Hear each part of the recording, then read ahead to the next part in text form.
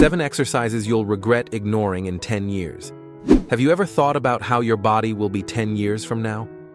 Science is clear. From the age of 50, we lose on average 1 to 3% of muscle mass per year. This phenomenon, called sarcopenia, is silent and progressive. It doesn't happen overnight, but over time, the accumulation of this muscle loss can transform simple tasks into real challenges. A little more difficulty climbing stairs, getting up from a chair, or carrying your own groceries from the supermarket seems distant? It's not. The loss of physical independence is a reality for millions of people who ignored signals their body sent for decades. The good news is that prevention is simple, accessible, and doesn't require hours of your day. We're talking about some simple exercises that can be done at home, with little or no equipment, in just a few minutes daily. If you ignore this, your body will charge you that price down the road. It's simple math, a few minutes now or years of limitations later. But before we begin, please tell us through the comments your name and where you're watching our content from. Exercise number 7. Scapular retraction with resistance band. The region of the scapulae, or shoulder blades, is often neglected in common training programs. However, strengthening this area is crucial for proper posture and for preventing chronic pain in the back, neck, and shoulders. Scapular retraction with resistance band directly works the rhomboid muscles, middle and lower trapezius, which are responsible for keeping the scapulae in proper position. When these muscles are weak, we tend to develop the famous forward shoulder posture, which overloads the cervical spine and can lead to herniated discs, tendinitis, and even carpal tunnel syndrome. Additionally, strengthening this region significantly improves shoulder stability, preventing injuries when performing daily activities such as reaching for objects on high shelves or carrying groceries. Strength in these areas is also essential for maintaining proper breathing capacity, as a curved posture restricts complete lung expansion. A study published in the Journal of Shoulder and Elbow Surgery in 2018 compared 2 groups. One performed scapular retractions regularly for 12 weeks, while the control group maintained their normal activities. The group that practiced the retractions showed a 43% reduction in cervical region pain and a 27% increase in strength of the scapular stabilizing muscles. Additionally, 87% of participants reported significant improvement in sleep quality and daily energy levels. How to perform correctly. Position yourself standing or sitting with an erect spine. Hold a resistance band in front of you with your arms extended at shoulder height and palms facing down. Maintain a slight bend in the elbows. Inhale and, as you exhale, pull the band toward your chest, opening your arms to the sides while bringing the scapulae closer, together. Imagine you're trying to hold a pencil between your shoulder blades. Maintain the contraction for 2 to 3 seconds and slowly return to the starting position. It's essential to keep the shoulders down and away from the ears throughout the movement. Common errors you need to avoid. Avoid raising your shoulders during the exercise. This transfers the work to the upper trapezius, nullifying the benefits for the target muscles. Don't throw your body backward to gain momentum. The movement should be controlled and focused on the scapulae. Another common error is bending the elbows too much, transforming the exercise into a row, which works the biceps more than the scapular muscles. Exercise 6. Superman. The Superman exercise is a true lifesaver for your spine health and for the general functionality of your body. It works in an integrated way, 3 essential muscle groups that are often neglected: the spinal erectors, the glutes, and the posterior shoulder muscles. Strengthening these posterior stabilizing muscles creates a true protective shield for your spine. Over the years, degeneration of the intervertebral discs is natural, but a strong muscle set around the spine drastically minimizes the chances of developing hernias, protrusions, and other debilitating injuries. Beyond spine protection, Superman provides significant improvement in posture, reducing compression of the spinal nerves, which prevents pain radiating to limbs and tension headaches. It also improves coordination between the upper and lower body, essential for everyday movements such as walking, climbing stairs, and even getting up from a chair without support. For those who like scientific evidence, check this out.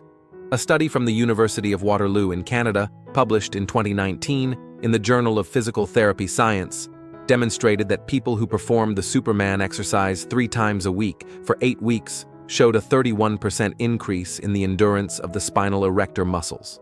The most impressive finding was that the study group also showed a 47% reduction in the incidence of lower back pain compared to the control group during the 12-month follow-up period. The study also observed a 22% improvement in the ability to maintain a prolonged upright posture without fatigue. How to perform Superman correctly. Lie face down on a mat or comfortable surface, with your arms extended in front of your head and legs extended behind. Keep your neck in a neutral position, looking at the floor and not forward, to avoid cervical tension. Contract your core to protect the lumbar region and then simultaneously raise your arms and legs a few inches off the floor. Imagine you're flying like Superman. Maintain fluid breathing during the elevation and hold the position for 3 to 5 seconds, focusing on the contraction of the back muscles and glutes. Slowly lower and repeat. If the complete movement is initially too intense, start by raising only your arms or only your legs. Common errors to avoid. Without a doubt, the most critical error in this exercise is hyperextending the lumbar spine, excessively arching your back. This can cause unwanted vertebral compression. Keep the abdomen slightly contracted to protect the lumbar region. Another common misconception is performing jerky movements or using momentum. The exercise should be executed with control and body awareness. Exercise number 5. Viparita Karani. Viparita Karani, or legs up the wall pose, is a posture originating from yoga that has extraordinary benefits for leg circulation and strengthening, especially after 50. This isometric position combines muscle strengthening with deep circulatory benefits, making it a complete exercise for the health of mature legs. The main benefit of this posture is in the inversion of blood flow, which helps reduce swelling and fatigue in the legs, a common problem among people over 50. Additionally, it works isometrically the posterior chain muscles, such as calves and hamstrings, while promoting a gentle stretch. The constant pressure against the wall creates a resistance that strengthens these muscles without overloading the joints. To perform Viparita Karani correctly, lie on your back close to a wall. Bring your glutes as close as possible to the wall and, carefully, raise your legs and rest them on the wall, forming a 90-degree angle with your torso.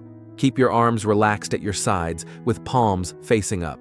Your spine should be completely supported on the floor and your neck relaxed. For people over 50 starting this exercise, I recommend maintaining the posture for 3 to 5 minutes initially, preferably before bedtime. Over time, you can increase to 10 to 15 minutes. Ideally, practice daily, as beyond the muscular benefits, it helps with sleep quality, another aspect that frequently deteriorates with age. To intensify the benefits, you can perform small flexions and extensions of the ankles during the posture, which further activates the calf musculature and improves venous return. Another variation is to slightly separate the legs, forming a V on the wall, which also works the adductor and abductor muscles of the thighs. A common error is arching the lumbar region, creating a space between your back and the floor. This reduces the benefits and can cause discomfort. To correct this, slightly contract the abdomen and press the lower back against the floor. Another frequent mistake is forcing the legs to remain completely straight if you feel discomfort in the hamstrings. In this case, move a bit away from the wall to allow a slight bend in the knees. This posture is contraindicated during acute sciatic crises or herniated disc. It should also be avoided by people with uncontrolled hypertension, glaucoma, or retinal problems. Those with a history of thrombosis or other serious circulatory problems should consult a doctor before practicing. Exercise 4. Heel elevation. Heel elevation is one of the most underestimated exercises in the training routine, but perhaps one of the most crucial for our mobility and independence as we age. This exercise primarily strengthens the gastrocnemius and soleus muscles, which together form what we know as the calf, the true heart of the legs. And no, it's not an exaggeration to call the calf the heart of the legs. This muscle group is responsible for pumping blood back to the heart, working against gravity, functioning as a secondary pump of the circulatory system. A weak calf means poor circulation, increasing risks of varicose veins, edema, and even deep vein thrombosis. Additionally, calf strength is directly proportional to our balance capability. Studies show that elderly people with strong calves have up to 40% less chance of suffering falls, one of the main causes of hospitalization and loss of independence in the elderly. This small muscle is also fundamental for propulsion during walking and for absorbing impact in the knee, hip, and spine joints during daily activities. A longitudinal study published in the Journal of Gerontology in 2020 followed 1,200 adults for 15 years and discovered that those with greater calf strength had 28% less risk of developing mobility limitations with advancing age. Even more impressive, the group that performed heel raises 3 times a week showed a 35% reduction in the incidence of falls after age 65 compared to the control group. How to perform heel elevation correctly. Stand with your feet apart at hip width. To maintain balance, lightly support the tips of your fingers on a wall or chair back. Keep your core engaged and spine neutral. Slowly raise your heels off the floor, standing on the balls of your feet and rising as high as possible. Pause at the top of the elevation for 1 to 2 seconds, actively contracting your calves.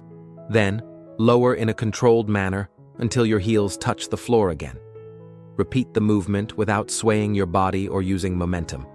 For more challenging versions, perform the exercise with only one leg at a time or add weight by holding dumbbells. Errors to avoid. A common error is not rising completely, missing the full calf contraction at the top of the movement. Another frequent problem is losing balance and compensating with other muscles or swaying the body. Also, avoid descending too quickly, as this reduces muscle work and increases the risk of Achilles tendon injuries. Finally, don't allow your feet to rotate inward or outward during the movement. Keep them pointed forward to evenly work all muscle fibers. Before we continue to exercise 3, don't forget to subscribe to the channel. Having constant access to correct and science-based information is what will make you progress in the long term in the world of bodybuilding. Exercise 3. Glute bridge. The glute bridge is one of the most efficient exercises for strengthening the entire posterior chain of the body, with special focus on the gluteal muscles, the largest muscle group in the human body. Many people don't realize it, but weak glutes are the root of numerous postural and functional problems that manifest with age. The glutes are our main hip stabilizers and the foundation for virtually any movement we perform while standing. When these muscles are weak, other structures compensate, creating imbalances that result in lower back pain, knee problems, and even difficulty walking properly. Strengthening the glutes dramatically improves pelvic stability, which in turn protects the lumbar spine from injuries. This is especially important considering that 80% of adults will experience debilitating lower back pain at some point in life. How to perform correctly. Lie on your back with your knees bent and feet flat on the floor, hip width apart, approximately 15 to 20 centimeters from your glutes. Place your arms at your sides with palms facing down. Contract your abdomen to stabilize your spine and press your heels against the floor. Raise your hips off the floor by pushing through your heels until you form a straight line from your chest to your knees. At the top of the movement, firmly contract your glutes for 2 to 3 seconds. Slowly lower, controlling the movement until your glutes almost touch the floor before the next repetition. Keep breathing constant, exhaling during the elevation and inhaling on the descent. Errors to avoid. Avoid excessively arching your lumbar spine during the elevation. This transfers tension to the back instead of the glutes. Don't raise your hips so high that it compromises body alignment. The body should form a straight line from chest to knees. Focus on pressing through the heels and actively contracting the glutes. Finally, don't hold your breath during the exercise, as this can unnecessarily increase blood pressure. Exercise 2. Decline push-ups. Decline push-ups represent an intelligent evolution of the traditional push-up, offering extraordinary benefits for upper body health. In this variation, the feet are elevated in relation to the hands, significantly increasing the work of the pectoral muscles anterior deltoids, and triceps, in addition to requiring greater core stabilization. It's a bit more difficult to execute, but believe me, it's well worth it. Beyond the obvious increase in muscle strength, decline push-ups provide greater shoulder stability, drastically reducing the risk of injuries such as impingement syndrome and rotator cuff tear, extremely common problems after age 50. A study from the University of Michigan published in the Journal of Strength and Conditioning Research in 2022 compared the effects of different push-up variations in 47 adults between 45-65 years for 10 weeks.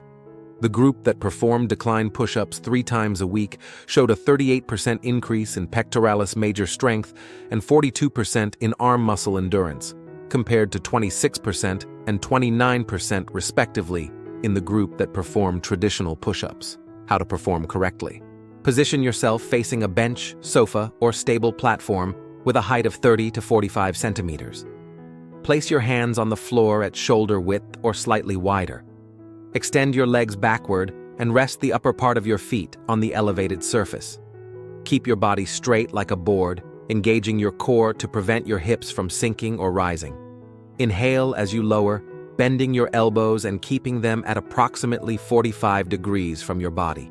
Lower until your chest almost touches the floor, maintaining tension in the pectoral muscles. Exhale as you push your body up, returning to the starting position with elbows almost extended, but without completely locking them. Avoid letting your hips drop or rise during the movement. This compromises core work and puts undue stress on the lumbar region. Don't allow your head to project forward. Keep it aligned with your spine. A very common error is performing only a partial movement, without lowering enough to get the full range of motion.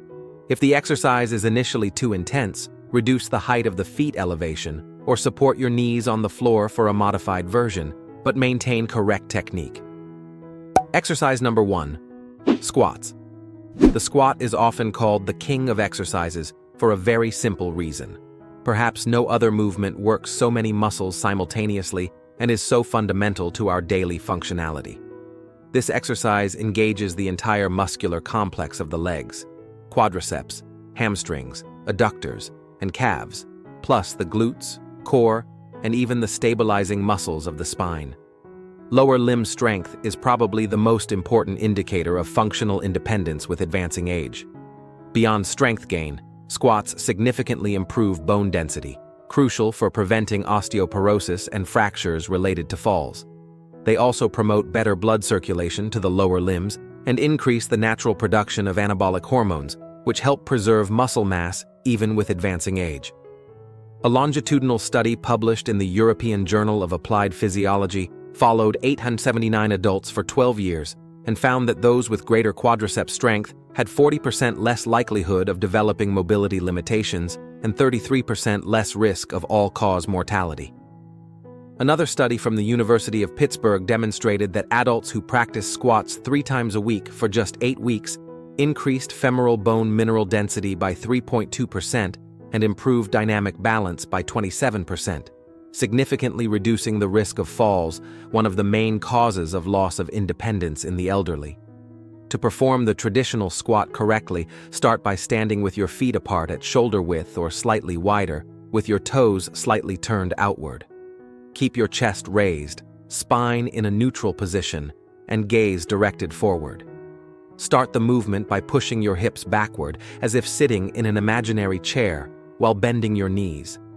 Keep the weight distributed across your entire foot, with heels firmly pressed into the floor. Lower until your thighs are parallel to the floor, or until you can maintain a neutral spine and heels on the floor. Return to the starting position by contracting the quadriceps and glutes, keeping the core engaged throughout the movement. Breathing should be controlled. Inhale as you lower and exhale as you rise. One of the most common errors is letting the knees collapse inward, which puts undue stress on the joint. Keep them aligned with your feet. Another frequent flaw is raising the heels off the floor, indicating lack of ankle mobility or excessive use of the quadriceps. Focus on pushing through the heels. Also, avoid curving your back during the movement, as this increases the risk of spine injuries. If you enjoyed this and also want to discover the best stretches capable of healing decades of neglect with your own body, we left a video appearing right now on the screen showing each one of them. Thank you for watching this far, and God bless you, my friend.